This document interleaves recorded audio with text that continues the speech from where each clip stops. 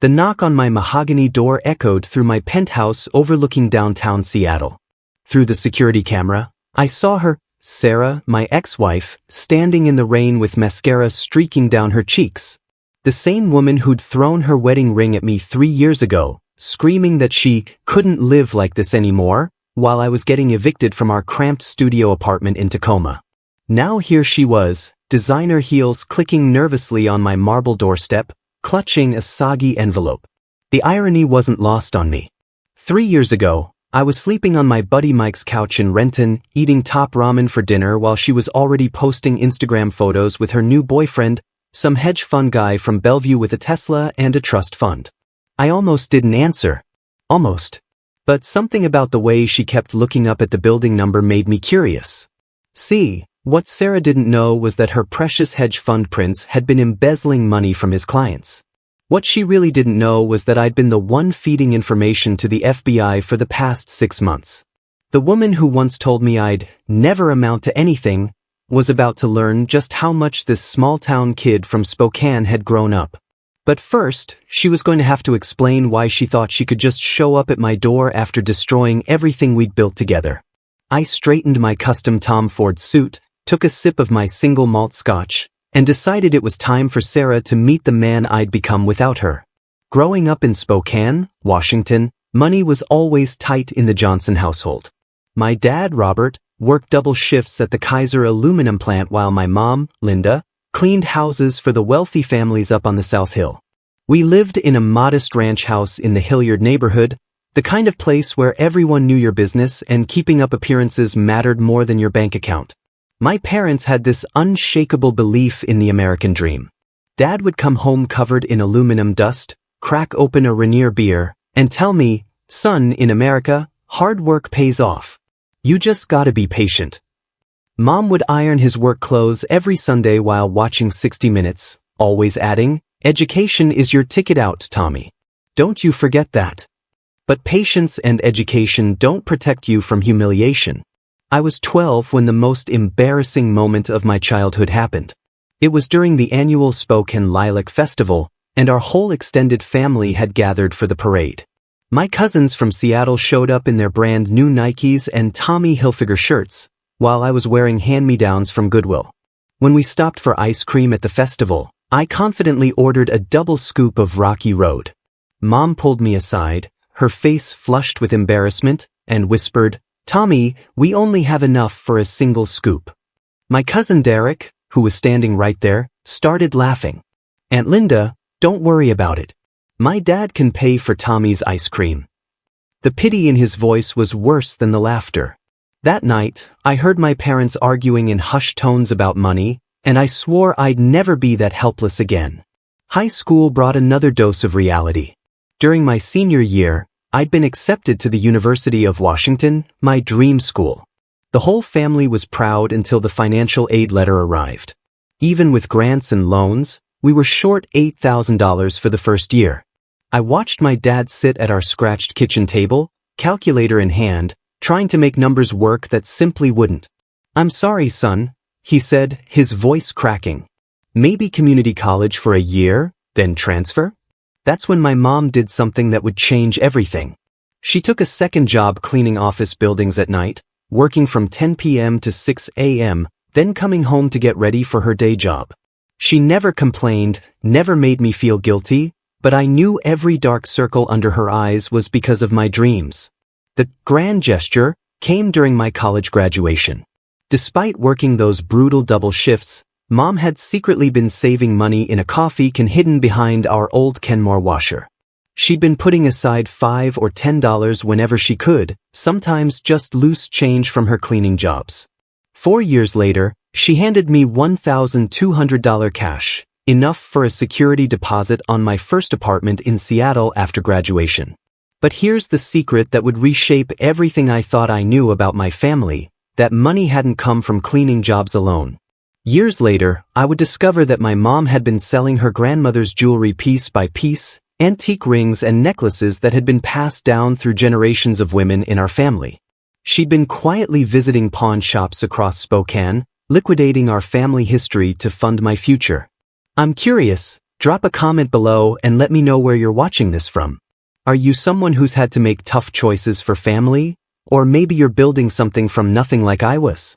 I love connecting with people from all over who understand this struggle. Fast forward to 2019.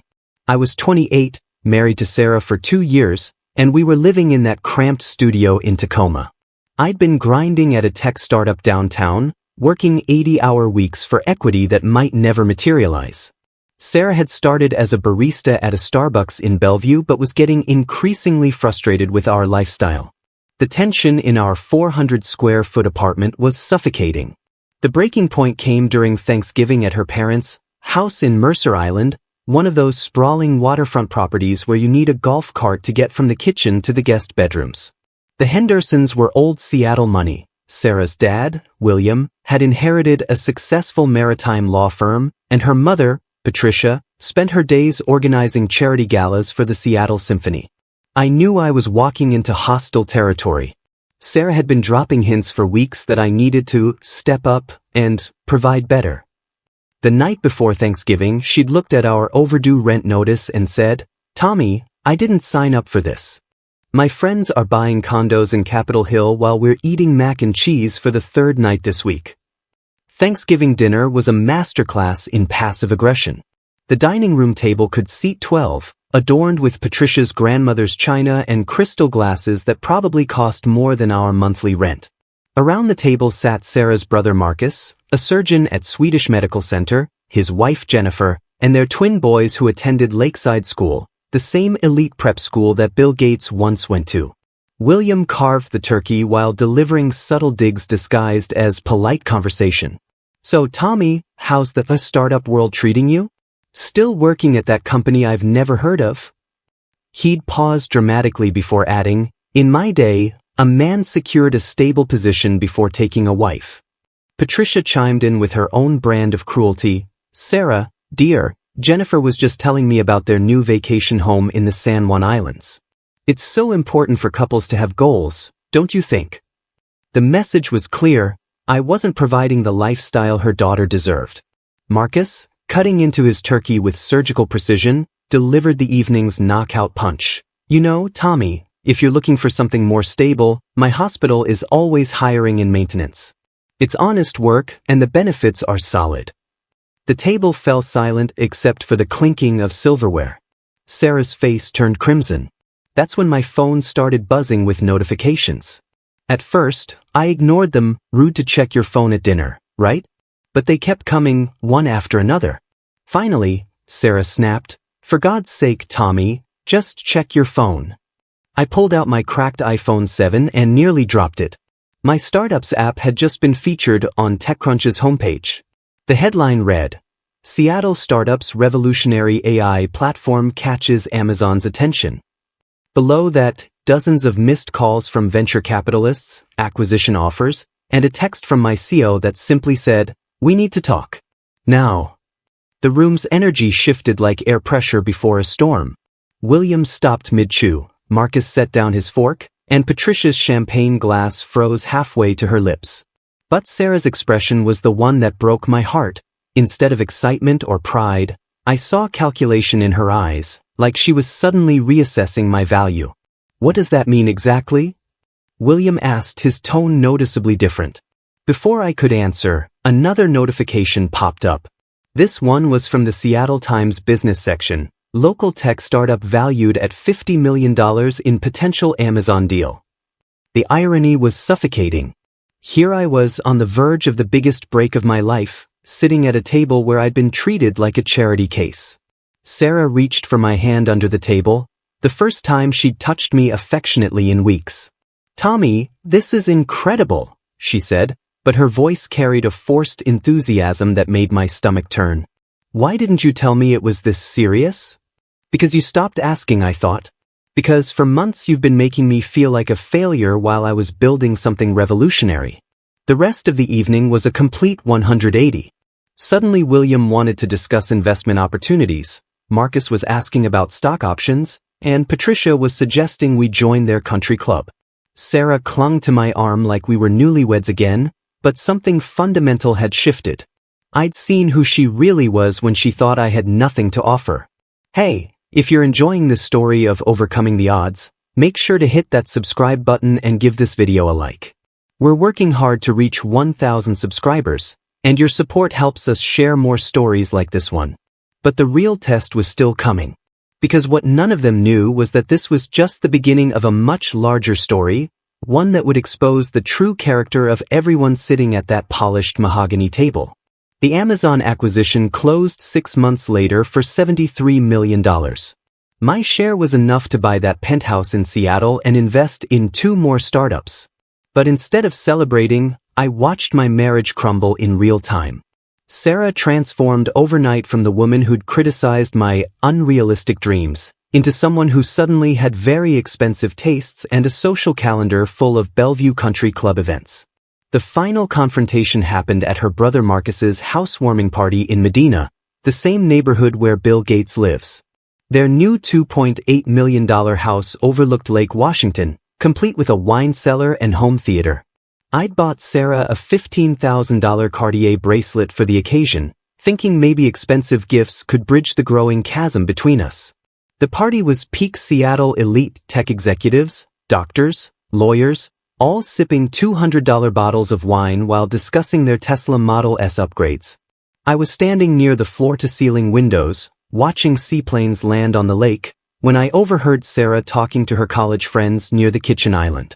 Honestly, I never thought Tommy would amount to anything, she laughed, twisting the Cartier bracelet around her wrist. I was literally planning my exit strategy when that Amazon thing happened. Talk about lucky timing. Her friend Madison, a real estate agent who specialized in waterfront properties, giggled. Well, now you can upgrade everything: house, car, maybe even. She gestured vaguely toward where I was standing. God, don't even joke about that, Sarah replied. I mean, he's sweet and all, but can you imagine if I'd actually left him when I was planning to? I'd be stuck with some boring lawyer while missing out on all this. She gestured around Marcus's house like she owned it herself.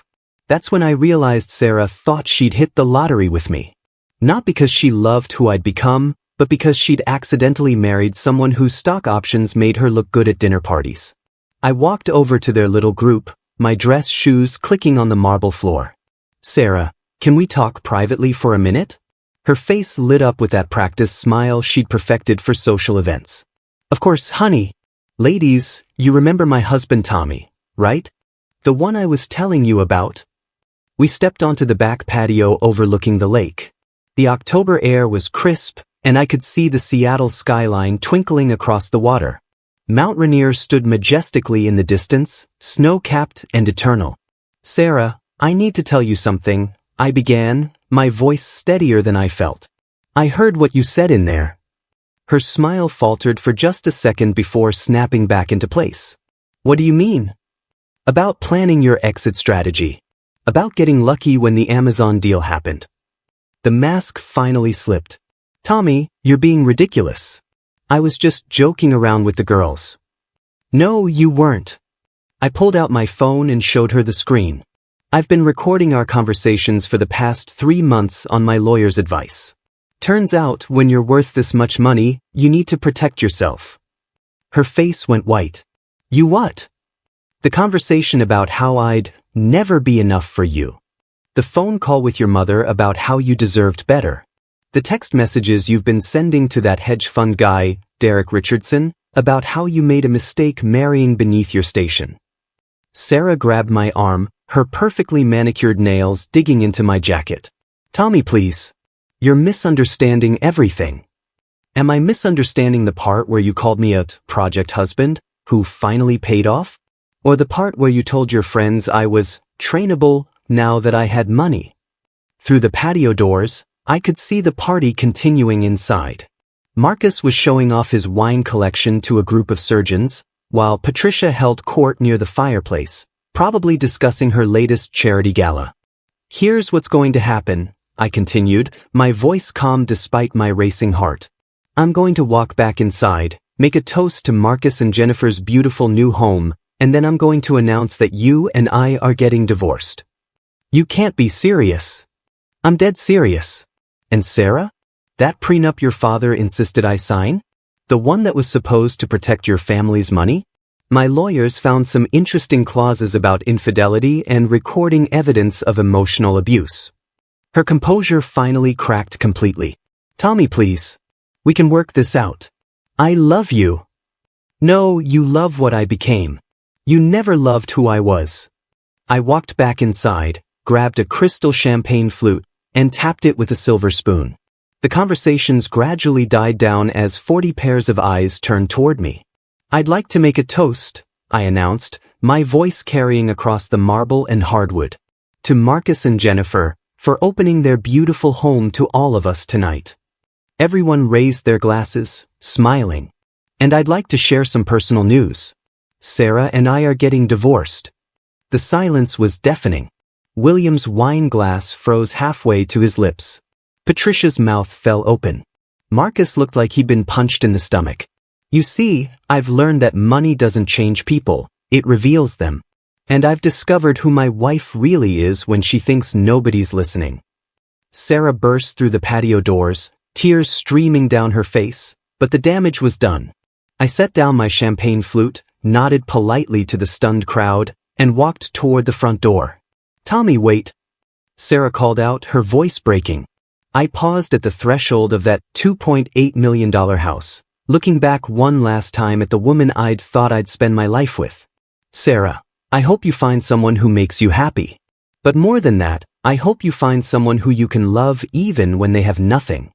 And then I walked out, leaving behind the marriage, the fake smiles, and the woman who'd shown me exactly who she was when she thought I wasn't worth anything.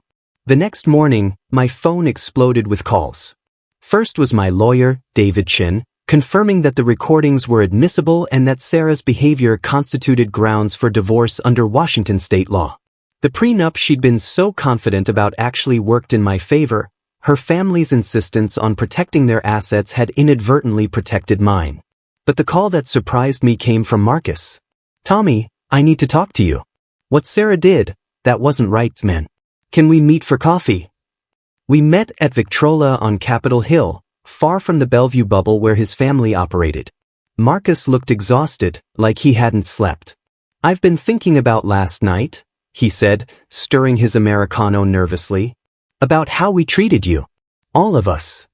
Marcus, you don't need to. Yeah, I do. He leaned forward, his surgical precision replaced by raw honesty. My dad always taught us that money was character. That if someone didn't have it, they weren't worth our time. But watching you walk out last night, man, you had more dignity than anyone in that room. He told me something that floored me. Sarah called Derek Richardson that same night. The hedge fund guy. She was already planning to leave you for him before the Amazon deal happened. When your company took off, she just recalculated. The revelation stung, but it also freed me. I wasn't losing the love of my life. I was escaping a woman who'd never loved me at all. The divorce proceedings revealed even more ugly truths. Sarah hired the most expensive divorce attorney in Seattle, convinced she could get half of everything despite the prenup. What she didn't know was that I'd been building a case for months. The recordings showed a pattern of emotional manipulation and financial opportunism that her own lawyer eventually advised her to settle. During mediation, William Henderson showed his true colors one final time. Tommy, you're making a mistake. Sarah made some poor choices, but she's still my daughter. We can work something out, financially. Mr. Henderson, I replied, I don't want your money. I never did. I just want your daughter to be honest about what this marriage really was. The most unexpected twist came 3 months later. I was reviewing investment opportunities when my assistant mentioned that Derek Richardson's hedge fund was under federal investigation. The FBI had uncovered a massive Ponzi scheme that had defrauded investors of over $200 million. The irony was devastating. Sarah had left me for a man who was about to lose everything, just as I was building everything. But here's where the story gets really interesting. Remember my mom's secret sacrifice, selling her grandmother's jewelry to fund my education? I'd spent 2 years tracking down those pieces through pawn shops and estate sales across Washington. I managed to recover most of them, a 1920s Art Deco ring, pearl earrings from the 1940s, and the crown jewel, my great-great-grandmother's wedding necklace from Norway. On Mother's Day 2021, I surprised my parents with a trip to Seattle. I'd bought them first-class tickets, put them up in the Four Seasons, and planned a dinner cruise around Puget Sound. But the real surprise came when I presented my mom with a restored jewelry box containing every piece she'd sacrificed for my dreams. She broke down crying in the middle of that elegant restaurant, not caring that other diners were staring. "Tommy, how did you?" "Mom, you sold your family's history so I could build a future. The least I could do was buy it back." My dad, this tough aluminum plant worker who never showed emotion, had tears in his eyes. "Son, we're proud of who you've become. Not because of the money, but because you remembered where you came from." That night, standing on the deck of the cruise ship with my parents, watching the Seattle skyline light up like a circuit board, I realized something profound. Success isn't about proving the doubters wrong, it's about staying true to the people who believed in you when you had nothing to prove. The grand gesture my mom made, that coffee can full of sacrifice, had come full circle. But more importantly, I'd learned to distinguish between people who loved me and people who loved what I could provide them. 6 months after the divorce was finalized, I started a scholarship fund for kids from working-class families in Spokane. The Linda Johnson Educational Foundation would ensure that other bright kids wouldn't have to watch their mothers work double shifts to chase their dreams. As for Sarah, the last I heard, she was working as a real estate agent in Redmond, trying to rebuild her life after Derek's arrest. Part of me hopes she learned something from our story. Part of me knows she probably didn't. But here's the unexpected twist that changed everything. 3 weeks ago, I met someone at a Mariners game. Her name is Elena, she's a nurse at Harborview Medical Center, and when I bought her a $8 beer, she insisted on paying for the next round because relationships should be equal even in small things. When I told her I lived in a penthouse downtown, she laughed and said, "That's nice, but can you parallel park in Capitol Hill? Because that's the real test of character in Seattle." I'm pretty sure I'm going to marry that woman. Standing in my penthouse 3 years later, looking down at Sarah through that security camera, I felt something I hadn't expected: peace. Not anger, not vindication, just a quiet understanding of how far I'd traveled, not just financially, but emotionally.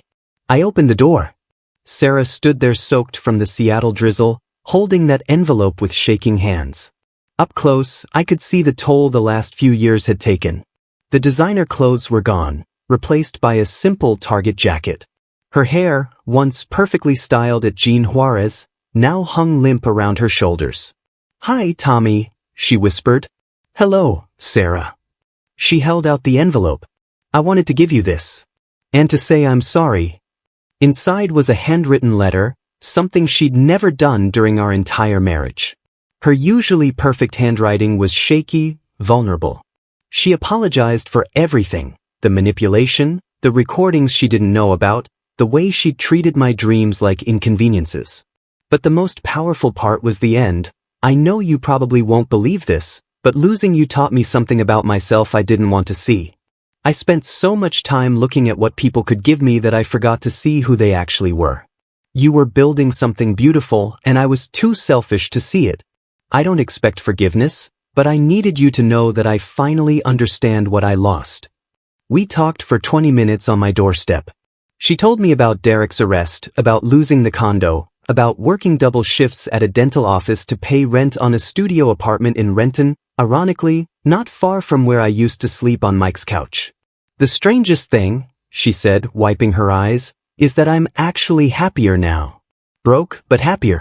I think I was so busy trying to be someone else that I forgot who I was." I could have been cruel.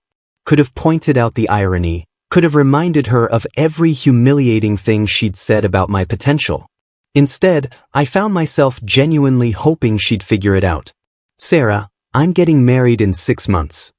Her face crumpled for a moment, then she managed a real smile, the first genuine one I'd seen from her in years. "She's lucky. The real you, I mean, not just." She gestured at the building behind me. "Her name is Elena. She makes me laugh. She challenges me to be better, and when I told her about our story, she said she was proud of me for not becoming bitter." She sounds perfect. She is. For me. We said goodbye without drama. She walked back into the rain, and I closed the door on that chapter of my life completely. Here's what I've learned about triumph and humiliation. They're not opposites, they're teachers. Every person who doubted me, every moment I felt small and powerless, every time I wanted to give up, those experiences didn't break me, they built me. Not just financially, but into someone who could recognize real love when it finally arrived. The kid from Spokane who ate top ramen and wore Goodwill clothes didn't disappear when the money came. He just finally had the resources to help other kids like him. The man who got laughed at for ordering ice cream he couldn't afford became someone who could fund a scholarship program. The husband who was treated like a charity case became a partner who understood the difference between being loved and being tolerated. My mom always said hard work pays off if you're patient. She was right, but she left out the most important part. Success isn't about proving you're worthy of respect, it's about learning who deserves yours. If this story resonated with you, I want to hear from you in the comments. Have you ever had someone treat you differently once your circumstances changed? Are you currently building something while people doubt you? Share your story below. Every entrepreneur, every dreamer, every person grinding towards something better needs to know they're not alone.